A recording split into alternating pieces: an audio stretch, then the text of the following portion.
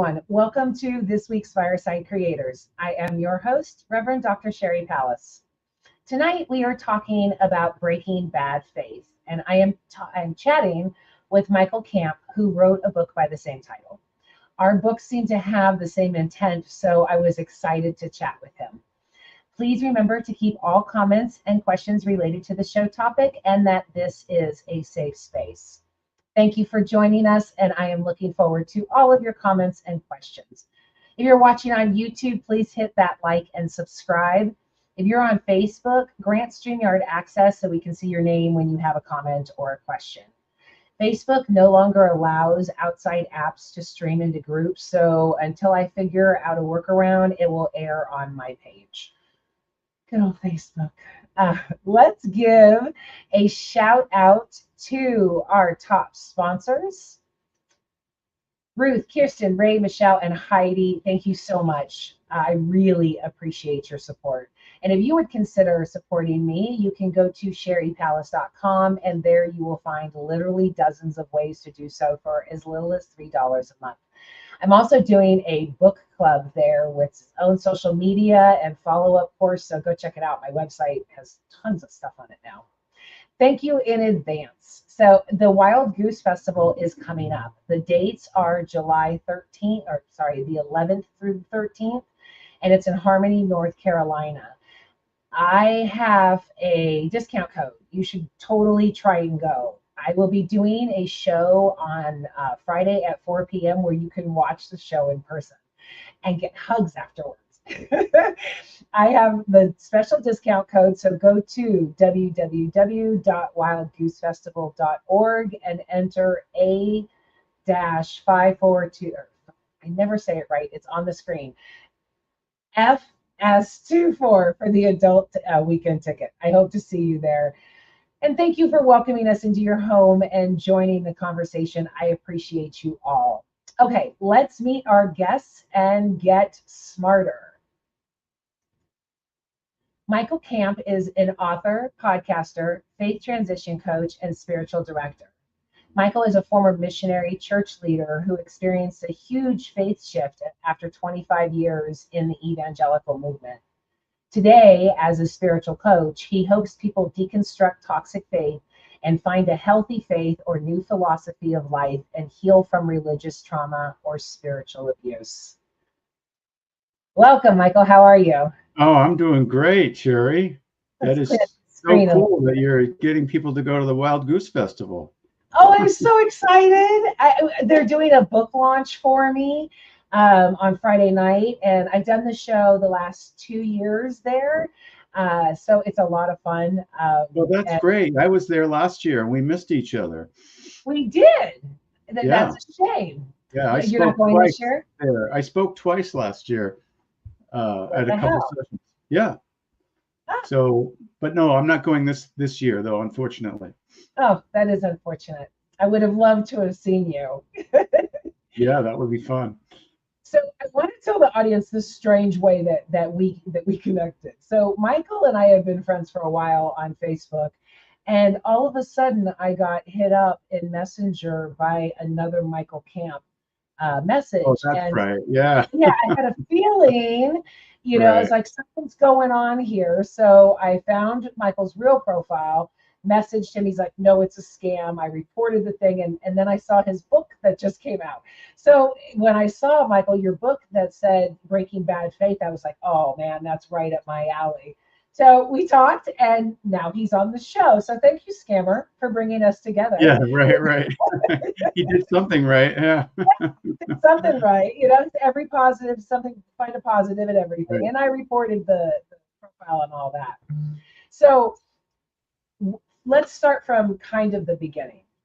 25 years ago, you had this huge faith shift. What happened? Wow. I mean, it was a long process. It was about, probably, I was in the movement for 25 years. Probably 20 years ago, I started deconstructing in earnest. And before that, I had what I call deconstruction light. Okay. So I was basically, very much entrenched in evangelicalism. I became a missionary to Africa. I chose the hardest unreached people group to go to, Muslims in parts of Africa. Oh, wow. I was really sold out. I believed almost everything that evangelicals teach, but I did have some doubts and I had some questions and I had what I called red flags.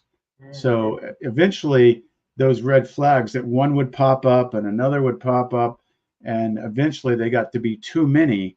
And I said, I gotta research. I gotta figure this out. So, I think in the beginning, one of the red flags was the doctrine of hell. It's one thing to sit in our ivory tower, read the Bible, and say, well, the Bible, Jesus talks about going to hell, and the Bible says that if you don't, if you're not right with God, if you don't accept Jesus, you're going to be eternally damned, right? And it's another thing to actually go to a place like East Africa and meet Muslims and meet their families and meet and see how human and hospitable they are and grow to love them, and then think, oh, if they don't accept Christ, they're going to hell, right? Oh, and all their ancestors before them, right, they're already in hell, right? Because they didn't accept Christ. They were Muslims, and you're like, this does not compute, right? So, Okay, so so let me ask you a question, interject in that. yeah, How did you feel about, because Muslims believe in a hell? right. So that was one of the contradictions for me. It was like, so which hell is everybody going to? Yeah, right, right. So, right. The So, Christians have their hell that's going to be everybody who rejected Jesus, and then the Muslims have their hell. I was like, so which one? You know? exactly. So yeah, so you wrestle with that. You go, wait a minute, they believe in hell too, right? Yeah, Right. So then you start thinking, wait a minute, maybe both of these things are wrong. I mean, what is this concept of eternal separation in hell? I mean, where did this come from, and how crazy it is when you start thinking about it, when you start unpacking it, yeah, how crazy it is that a God of love supposedly through creates a world where three-quarters of the human race end up uh, eternally, in eternal perdition or whatever your yeah. fancy word you want to use for it. So yeah, so you have to kind of wrestle with all those things, and that particular red flag became, something I changed my view, but I still believed in hell. So I started to think, well, yeah, there's still a hell, but God's going to treat these people differently according to what they know and how they live. And it's possible to be saved outside of Christianity. But I never told anyone that because I knew it would be very unpopular. I probably would get kicked out of my, Yeah, my mission job and never be able to be a leader in the church and etc. So you were a uh, closet hell doubter.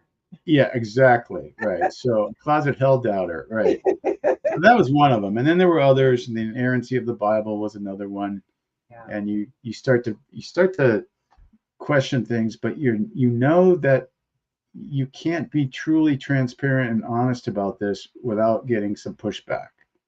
And so you kind of live with it until something really difficult happens, and then you can't ignore it any longer. Well, I think that hell is the epitome of justification of an abusive God, right? Oh I yeah, mean, because if yeah, you're going to worship or pray to or do anything to a God that would do that, it justifies earthly abuse. It justifies all kinds of judgment, death, and everything that goes on it because we embody that judgment to say, you're going to hell, but not me, and because I believe the right thing. So it's egomaniacal as well as totally enabling a destructive kind of love. oh yeah, absolutely. I mean, in my book I call it, belief in a two-faced God, a Mm, God who, is kind of he needs a therapist. I mean, seriously, one day he loves and one day he hates. One seriously, day right? he's, Yeah. non-violent, and the next day he's violent. He drowns the whole planet. He Don't kills. kill, but let me do. Yeah, don't kill, but I can kill, right? Yeah, I can do all Right. that. So all these kinds of things, and so yeah, and so you have to expose that for what it really is, Yeah. and otherwise you end up having some really wacky beliefs, and you're afraid to change because you have that fear built into you of a punitive God, right? So if you don't believe the right things, maybe, God will say you're rebellious, you're not, having faith, and you're rebelling against my word or something like that. Or And doubting, or yeah, anything that makes yeah, you question. And then when I realized that I was actually questioning humanity and not God, that flipped for me too. Because then it was like, okay, well, wait a minute, I don't trust people. And yet I'm supposed to trust their impressions, their teachings, their agendas with this scripture. It was really eye-opening to me to say, okay, well, I just don't have to trust mankind. Don't at right, me, and right, right. Because mankind. yeah, Yeah, because after all, the people that are in the church or the authority or the evangelical leaders or whoever it is, um, when you really boil it down, they're really self-appointed leaders. yeah, You're basically saying, hey, because I believe in the Bible, I'm a leader or whatever. I became a pastor of a church, so I've got authority, right? And God gives them the message every weekend. right, and that's another thing that was a red flag, was the way that people describe and organize what we call church. And in the New Testament, the word is ecclesia, which simply just means a gathering of people. And then when you deconstruct that and you look in the history, you realize, oh, wait a minute.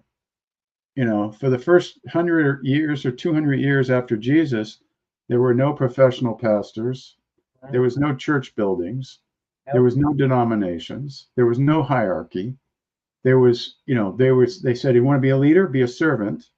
So it was just kind of like opposite of what we have in most church denominations. And so when you unpack that, you realize that, wait a minute, this is so many man-made things, or just self-appointed leaders, etc. Well, and I That don't think COVID really highlighted that too, because so many evangelical pastors were saying, you better come back into this building. I really viewed it as greed, because some people did Zoom meetings, and, churches, to have right, some right, type, but there were a large percentage of evangelical pastors saying, trust God enough to be able to come back into his house. And I was thinking, hey, Jesus preached on the mountainside. I'd be okay with that. Preach in the parking lot, go to the park. But they needed that those people there. Like I said, I think it was for greed. They needed their paychecks. well, yeah, they played the victim card. Yeah, we're Yeah. being victimized. We can't, the Testing your state, faith. If you don't risk your yeah, life, yeah, the state is saying we can't worship. But really, what is worship? I mean, right. I know some of my former pastors. They have big mega churches in California, and they were like taking the governor to court and saying, we need to continue to meet, and this is oppression by the government, right? And it was interesting. In other parts of the country, like in Washington State, the evangelicals were actually a little bit more liberal on this, and most of them were okay with hybrid or Zoom meetings. And they Yeah, didn't take love your neighbor. Don't kill him. they just said, hey, yeah, this is for the good of of our neighbor, and let's do all we can to prevent this disease. And if that means we have to make some sacrifices, that seemed like the Yeah, right thing to do. But other people were like, no, no, no, we're going to play the victim card yeah. and act like you know this was an affront to God to try to save people's lives. It doesn't make any sense. Well, I brought everything back to the ego. And I got some pushback from that, with some people saying, well, the ego isn't all bad. And I don't believe in all for anything. It just doesn't exist in our universe. But I think that's all ego driven. Come hear me speak Yeah, right. here, come praise me. There was that one pastor, or there might even been more than one, who did the wire across the ceiling and flew in to the church. Oh, I heard about that one. Yeah, right. It's like, this is not supposed to be entertainment. You're supposed to be learning how to love more. That's what church That's is true. By the way, the pastor at church I was referring to is in Pasadena, so you might have heard of it. Have you heard of Harvest Rock in Yeah. the LA area? And Cheon was the Okay. name of the pastor. But yeah, that if you Googled it, you could look it up and see all the court cases and all this stuff that went on. Well, I did my book video at one of the churches in Pasadena. It is a mega church, but I don't know if that was the name. And it was so funny because when we pulled up, their sign outside said radical generosity. Oh, okay. And all the doors were locked. No homeless people were allowed anywhere. They were selling summer, camp stuff. And I mean, all over, pictures everywhere of radical generosity, but not allowing any homeless or anything like that to help. So I was like, okay, I see what I'm doing. Let's do my book video here Yeah, right. to No, show the hypocrisy, to show, it does show that. Yeah. So your book is out. Yes, my book is out. It's been out for almost a year. Yep. Okay. And that's great reception. It's had very pleased with it. What did you learn in going through the process of writing the book? Well, I mean, it's a long story, but this is my third book. So my first book was kind of like my deconstruction, the story of how I deconstruct it, and how the whole story of me being in the evangelical movement, starting when I was a teenager. And that was called Confessions of a Bible Thumper. And then the next book was kind of my reconstruction, what I learned from studying history, and how I realized that most of evangelical Christianity has failed Christian history 101. Oh, yeah. And they're on these rabbit trails, and so that's kind of exposing that and realizing that, hey, you can follow Jesus and not even call yourself a Christian. I mean, you can, this is a whole different animal, right? Right. And then finally, Breaking Bad Faith. I mean, what I did was I realized there's a pattern here in conservative Christian theology. And the pattern is that God is punitive. We talked about that. He's retributive. And there's always got to be a penalty for something, right? And since they believe the whole Bible is true, yeah, then you have to accept all that retributive stuff in the Old Testament as from God. And so they try to harmonize that retributive stuff with stuff that Jesus said, and they come up with the two-faced God, and they come up with some crazy theologies, including the doctrine of hell. Most evangelicals support capital punishment. but are pro-life. But they claim to be pro-life.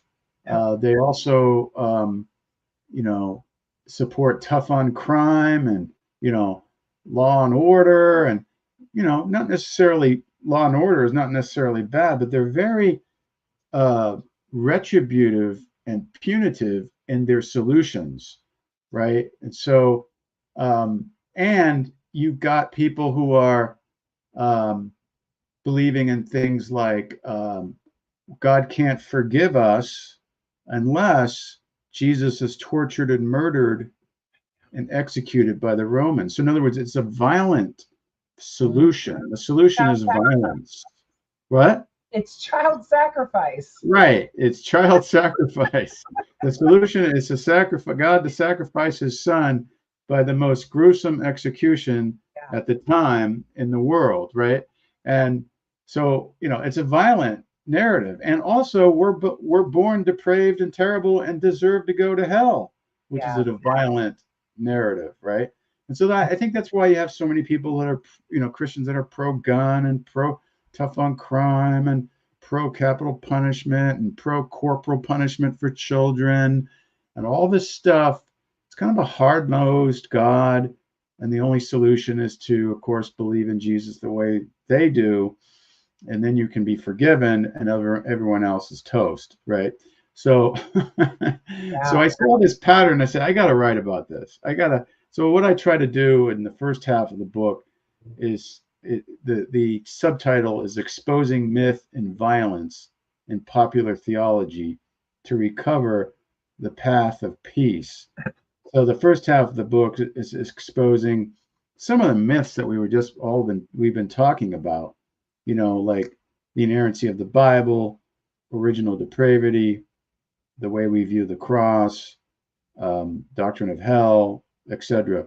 And oh yeah, there you go. And so I deal with that, and then I get into exposing the violence and why are we such a violent? Why do we have such violent theology, and why is even our American culture very violent? Mostly pro-gun and really resistant to gun control, and in most cases.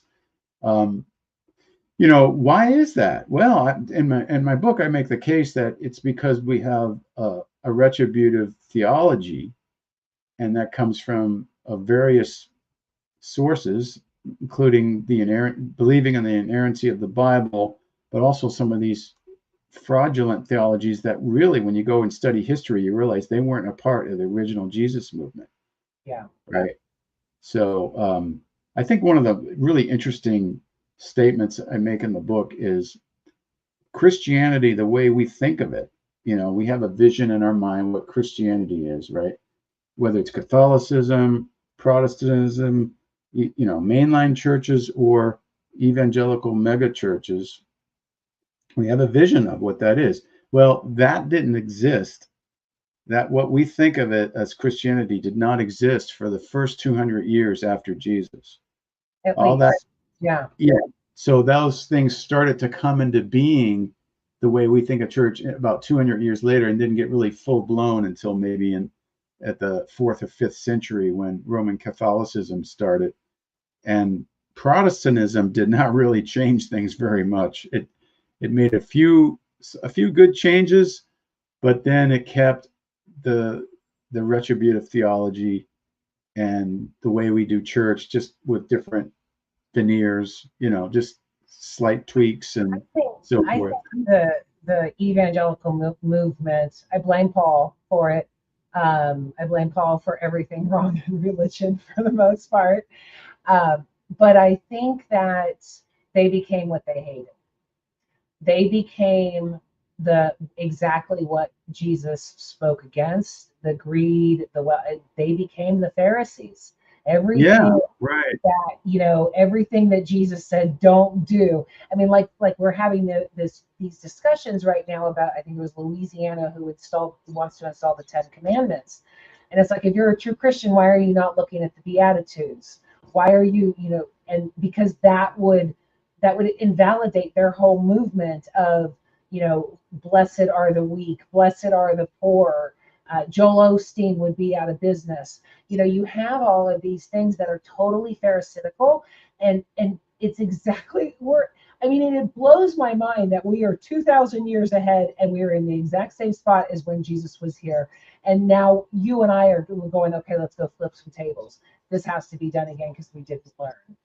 It's really It's crazy. amazing. It is amazing. And the 10 Commandments thing really blows me away because, first of all, if you claim to be a Christian, right? Well, actually, Jesus and the Apostle Paul basically taught that we are released from the law, from the All of 10. it. All of it. There's only one law, love, right?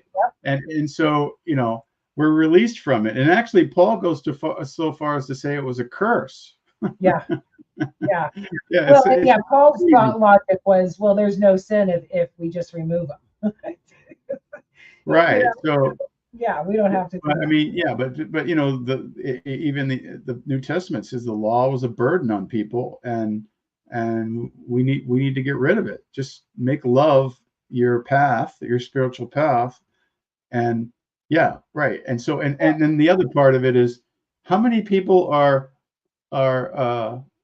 actually going to keep the Sabbath. One of the commandments is keep the Sabbath, right? Are they going Yeah. to start not working on the Sabbath, and we're going to start up the blue laws now and not have all stores closed on the Sabbath? I Is go that into what they that in want? the book. I talk Right, about that.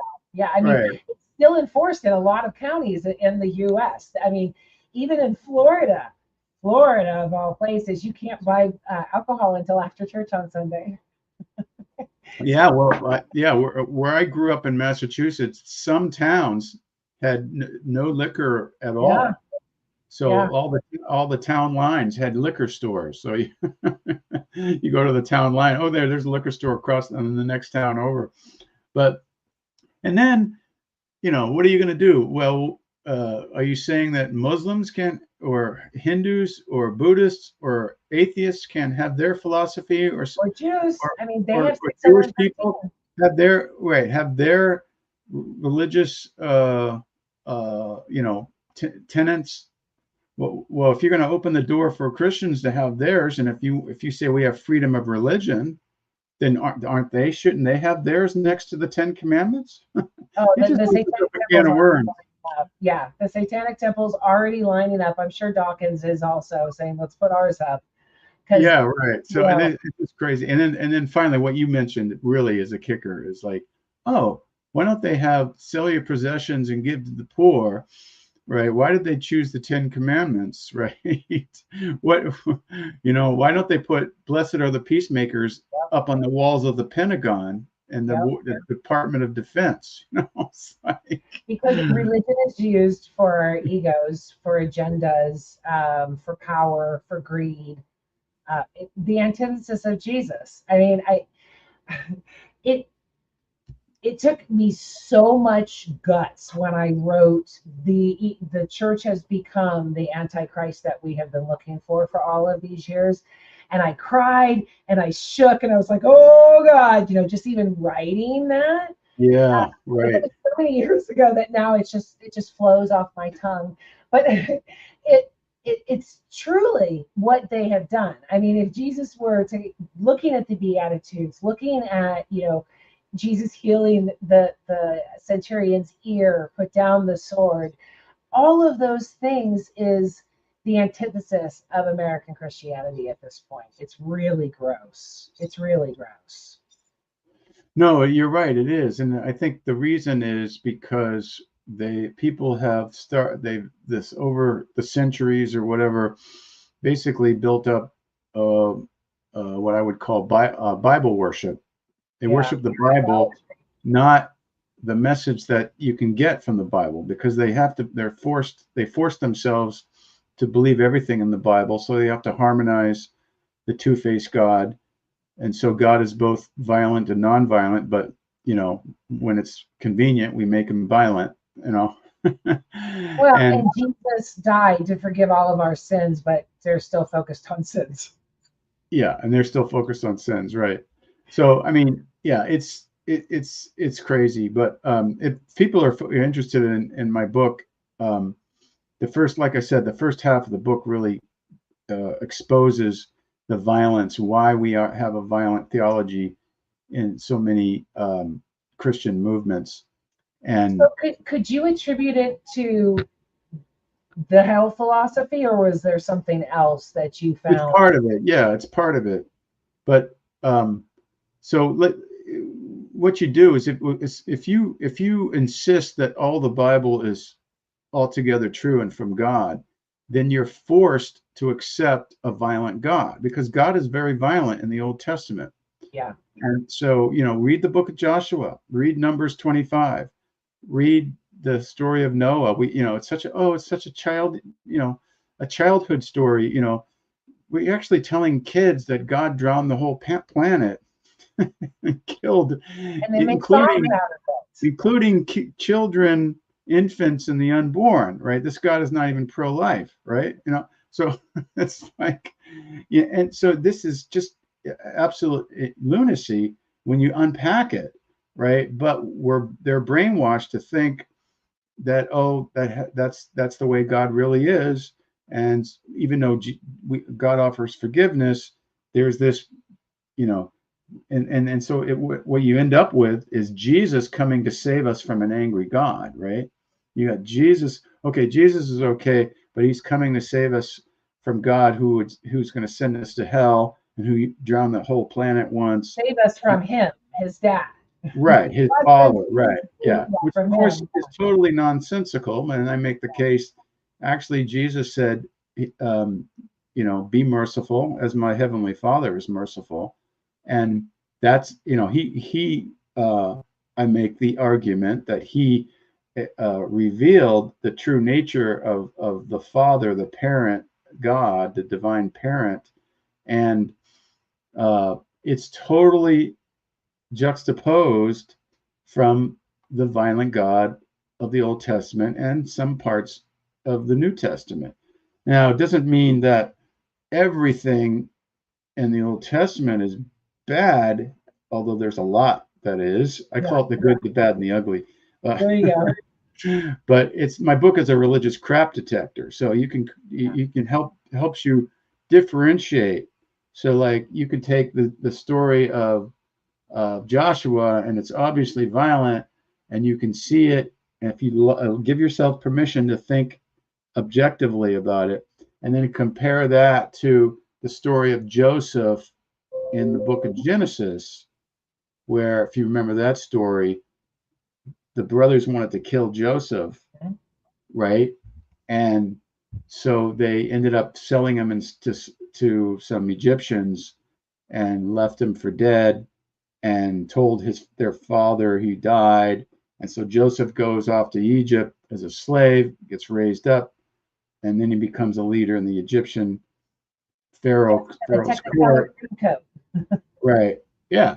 And then the brothers and the come back and asking for food because there's a famine in Israel, and there's no retribution. Yeah. There's no God is not retributive. He's not like, you screwed up, man. You tried to kill me. And there's forgiveness, and the family is restored. So there's these noble narratives, you might call them, right? And then a few chapters later, or the next book over, there's very violent and retributive narratives. We have to do something with that. We can't just say, oh, it all harmonizes. We have to choose, what God are we going to follow, and what God did Jesus point to, I like to say that when you read the Bible, you should read it through the lens of love. Yes. And if taking the name for God out and replacing it with love, it doesn't make sense, then it is man-made. For instance, Deuteronomy says to kill our disrespected children. Love would never say that. Love would never say, go conquer this land, rape and pillage, and do all of those things. So through that lens, the discernment is a lot easier to go, okay, especially with a lack of understanding and understanding the cultures behind it and all of those things. But in any case, if we can take the message of God and replace it with love, and it makes sense, then I think that's holy. I think that is good judgment and possibly divine instruction on how to love your neighbor more. But you're right, most of the Old Testament is conquering, not loving. Yeah, and that's a good measuring line. Look at it through the lens of love, and then it'll become obvious what's totally obvious, called divine and what we can call human. And I call it like what's retributive and what's restorative, right? If it's retributive, it's not from God. If it's restorative, it probably is, right? Yeah, I like that. Yeah. So anyways, and then the second half of the book is making the case for what I call the path of peace. And I think, there's kind of a tendency for us to, I guess, throw out the baby with the bathwater, right? We deconstruct, and we see all this crap in the church, and we see, the Bible's got some really ugly things in it, and we kind of walk away. But I make the case that there's still something really nice there. Like I said, I differentiate between the gold and the bullshit, right? So Yeah, so let's look at the gold. What's the gold in here? And let's totally. reject the bullshit and just say, and the gold is very it's restorative love. It's making peace. It's loving your enemies as well as making love your path. It's caring for the marginalized and the poor. It's all these things that we can do, and we don't actually have to do them within Christianity. We can just say we can walk away from Christianity if we want, right? We can do those things anywhere. And so I share some really cool stories. I think these stories really got me excited because I thought, man, these are just perfect examples of stories where people are showing restorative love to others who hate them, to their enemy, and they win them over. And to me, Mm, that's what the path of peace is. yeah. So, um, So why do you think that we hold on to the judgment and the anger and the rage? Why do we as humans want that God? that's a good question. Well, I think, you know, um, number one, we're brainwashed into thinking that's what God is like. So if God is like that, then we're like that. True. And then number two, I don't know if you've ever heard of a man named Rene Girard. Yeah. He's a social scientist. Well, he's passed away, but he Yeah. wrote many books about I quote him. basically. Yeah. Yeah, okay, you know him. Or Yeah. anyways, yeah, we mimic. He developed mimetic theory, where we mimic people. So we're just naturally mimic, and we try to if someone comes against us, then we come against them. We get ourselves caught in these cycles of retribution and violence, right? Because we think that's the solution. And I'm thinking about my mom. She was hardcore evangelical Bible college, all of that. And the church told her to be divisive. The church told her to disown me, to get away from all of those, right. all any friends who were sinning. Yeah. And so she actually thought that her anger, rage, and exclusivity was from God. So when she was being this, forgive me, mom, evil bitch, Right. all of these technically, according to definition, destructive, evil shit, because it was justified from God, that gave her the power to do so. Yeah. Right. It's really crazy. Yeah. Well, they're taught to shun us and ignore us, and I have a mother like that too, who still harasses me because I don't believe the right things. They focus on you believing the right things rather than doing the right things. So Right, exactly. yeah, right. So it becomes such a nicer person out of Christianity. I'm more what's giving. that? I am such a nicer person out of Christianity. Oh, More yeah. giving, I'm more caring. I actually want to do something because not just my faith matters, my actual actions matter. I mean, the subtitle of my book is Out of Religion and Into Unconditional Love. And I think Yeah. that's really what I found. It was like, okay, I'm going to just push all of the bullshit away and really try and find what kind of purpose there is here. Why have we always done this throughout humanity? Yeah. And the life beyond after death is one of the primal reasons. But to really love your neighbor is supposed to be the only reason. It really is. No, I look at God as a father going, why can't you guys just get along? Why? right. But it's very freeing to get out of that narrative. It's just like all right, you're not going to hell. Your friends aren't going to hell. You don't have to lead people to Christ so they don't go to hell. You don't have to have a hidden agenda, right? You can just love people the way they are, and trust that God is love, and you don't have to have arguments about what you believe. We can have nice conversations and interesting conversations. I like to do it over a couple of beers or so that we relax a little bit, but and talk about theology. But that's not really what matters most. What matters most, like you said, is love. And so it's so freeing to get past that. And I don't know, people don't understand that, I think, but it's a very difficult thing too. It doesn't, like, you probably had a very difficult time to make those changes too. So it's difficult, but it's very rewarding. What's that? It took me 13 years to get the book out. Yeah, right. It takes a while, right? So yeah, I love that. I love that title. We have ruined God. I mean, Yeah. that's like it's so true. Well, right? yours too. In fact, it was funny because your title or your cover was kind of what I was looking for, with the chains and, you know, going out of the building. I was like, yeah, that's what it was. But mine ended up with the rioters, the pitchforks, and stuff like that. Right. Because I mean, that's what, and very white hands with puppet strings. Oh, okay. I kept telling the graphic artist, I need them wider. I need them wider. So yeah, there's puppet strings. Oh, I see. Okay. You know, All them right. playing the people. Yeah, right. You That's know? a great cover. Yeah. Thank you. Yeah, it Yeah, just came out excellent. like a month ago. So Okay. All right. Well, that's why I'm still. I'll have to look into your book and maybe have you on my podcast.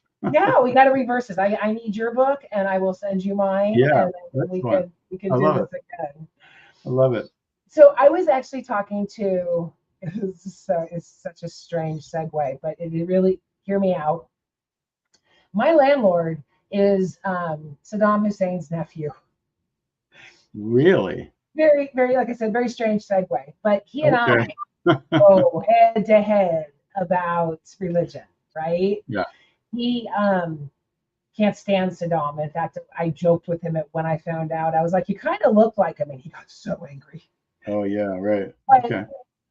obviously Muslim, and he will not let go of the judgment and the violence. And I mean, we got into it a couple weeks ago where he says, "Love is for the weak. Love is no. There has to be judgment." And I keep relating it back to his children. And then he would say, "Still, I had to discipline my children so they would grow and do these things." And I don't know. I mean, even in Islam, love is the main component. So to hold, and is it, maybe it's ancestral, but to really hold on to that judgment kills people. Yeah. It literally kills people, or Right. divides and gets there. I mean, he and I have, he was like my best friend, and now we're not even talking because I mean, he threw his hands up and I was like, "You should do better." Love is, sorry if love's too hard for you, you know, and that's, you know, like that kind of spunk between us. And then he apologized to me yesterday. Go, I know, I was in a bad mood, but I do want judgment on everybody. Yeah, I think that, yeah, that for number one, that most religion has judgment in it. So yeah, I mean, I think what Jesus came to save us from was this type of justice and judgment that's retributive and wants to get the other guy always, you know. Yeah. So, but on the other hand, it's good. It's a good thing to want justice, to want social justice. Totally. But the justice, it's restorative justice. Yes. Not retributive justice. Restorative justice still holds people accountable for what they do that's wrong, but it does it in a way that is trying to restore them, not trying to destroy them. Correct. So, and eventually throw them into hell. So I make that case. I think it's more action based as opposed to belief based. Again, you know, and we should be judged for our actions, not what our beliefs are. Right. So let me give you one example. One of the stories I was telling you about. Since we're talking about Islam, I'll tell the Muslim one. Okay. There was a guy who was in the armed services. He went to Iraq, and served like 2 or 3 terms there, tours there, or whatever, and came back, and he hated Muslims from his time serving in Iraq. That's who we were fighting. We're fighting, you know, you know, the Muslims. Saddam Hussein is in there, right? All this stuff, right? And so he came back, and he just hated Muslims. And when he came back to his hometown in Indiana, he saw that all these Muslim immigrants had moved in, and they built a mosque in his town, and that pissed him off. And so he wanted to uh, basically blow up the mosque. He was, Wow. he had PTSD. He needed to go see a therapist. He was in, bad shape, right? So, but he had this.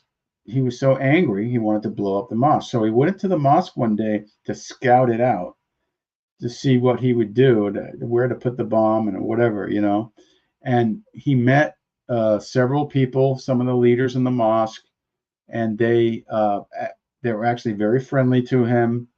They saw that he was something was wrong with him, but the motto of that mosque was, we're all human beings. We need to show God's compassion to everyone, right? So that's what they did, and they ended up having him over for a meal and reaching out to him and giving him a hug and all this stuff. Long story short, it melted his heart, and eventually he became friends with them. Eventually, later on, he joined the mosque. Eventually, later on, he converted to Islam, and eventually, later on, he became a leader in the mosque. Wow. Now that's awesome. It just blows your mind. And of course, fundamentalist Christians will, he didn't come to Jesus. He came to, became a Muslim. Yeah, but he converted to love, right? Exactly. That's the point. He got converted to love, and that was in that church mosque in Indiana. That's fine, right? So I think that's what matters most, not the set of beliefs that you hang your faith on, but how you're treating your fellow human beings. Exactly. It's just so crazy that we all fight and kill over beliefs, sight unseen, texts from ancient times, and we'll literally kill people over it. So my degree is in comparative religion. And as I was going through all of that, I could easily picture a Venn diagram with all of the faiths, and they all intersect at love and let go, trust, faith, not surrender like evangelical says. It's more of a surrender. Thy will be done, O Lord. They all go back to those two tenets. And yet there is no universalism with those two tenets. It's so crazy that, this is literally two. We don't need 10. We don't need 613. Two. And we can't even function with that. Yeah, it is amazing. Yeah. So what do you hope people get out of your book? What do you want them to, when they put it down and walk away, what do you want them to say about your book? Well, I think a lot of people have said, and this is exactly what my goal was. They said this is a great book for people who are deconstructing their faith, because it helps them come to terms with a lot of these things and make sense out of them, right? Good. So that's one thing. Helps with deconstruction. The other thing, it helps with a vision of peacemaking and making love your spiritual path, and giving yourself permission to take this path and not feel like you've got the chains of evangelicalism holding you back, right?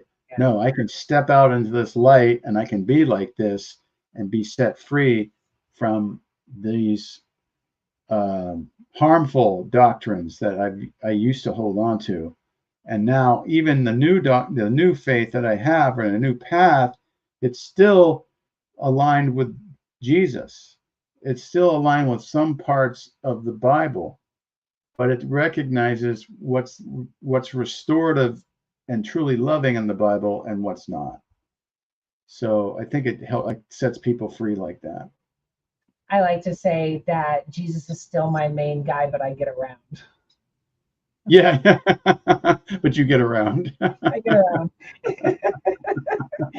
Right, right. Well, I think we're going to be surprised that, Jesus is going to say, "Oh, people from other religions who embrace the love ethic, he's going to approve of them." And, it's like it has nothing to do with what your beliefs or your religion is. Like I said, it's what to do with what kind of life are you living, and and all of us, need to be restored to some degree because none of us are perfect.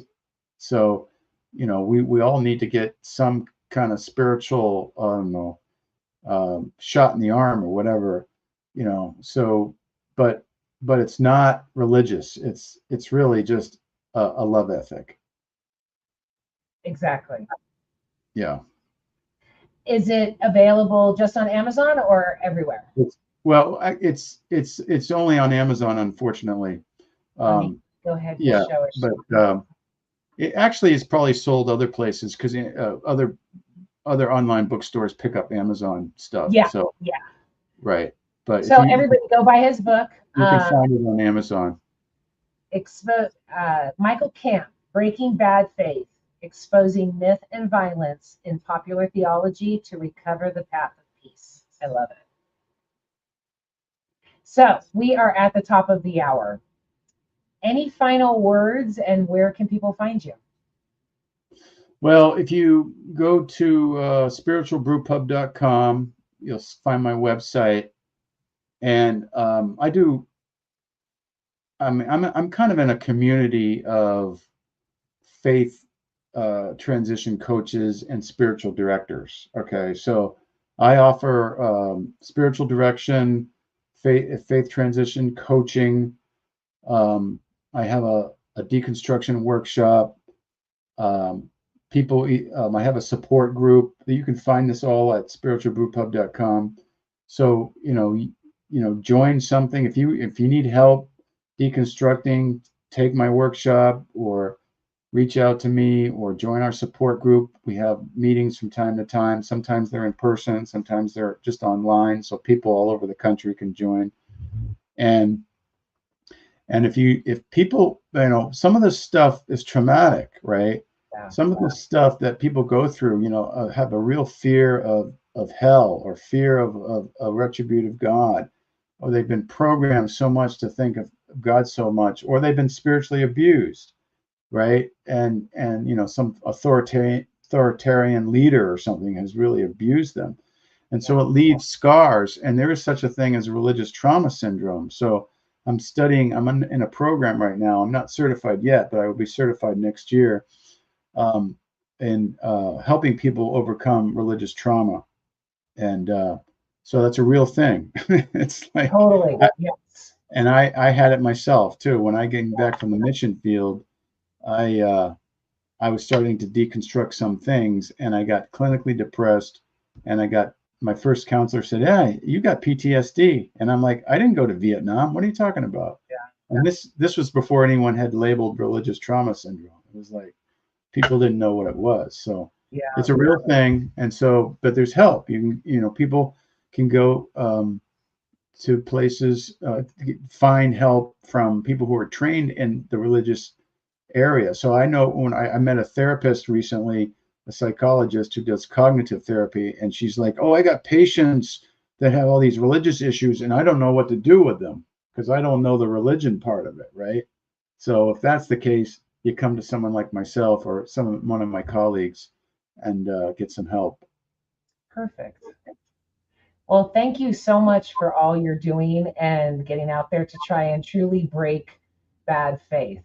I mean, I realize that if I, as a flawed human, am a more loving parent than God, then the image that we have created for God had to be wrong. Yeah, that's true. In just that little scenario to go, I would never do that. And me. So, if we as mere mortals would not be so atrocious, I don't think a higher power would be too. And if they are, I don't want anything to do with them. No, you're right. You're right. But we can't. We don't. You have to give yourself permission to ask that question. Would I do that? Right? Or would a good, really good parent do that? And then when you give yourself permission, then you can answer the question. Yeah. What a great ending. Give yourself permission, people. It's okay to ask questions. Use the brain that God gave you. Thank you so much, Michael. I'm going to send you backstage and close the show. This has been a great conversation. I got a bunch of stuff to say to you backstage, so don't go anywhere. I won't go anywhere. Okay. Bye-bye. Thanks again. I love, he and I are good. We may do another show because there's just way too much to talk about. I feel like he is the other side of what I have gone through, and I love that. It's beautiful. So another great show. Thank you so much for watching and enjoying it. If you like it, share it, subscribe, all that good stuff. Next week's show, I have the guest. I know what we're going to do, but I haven't come up with a title yet, so I'm going to hold that off. Go to the Wild Goose, get your tickets. I love you all, and as always, walk in love. See you next week.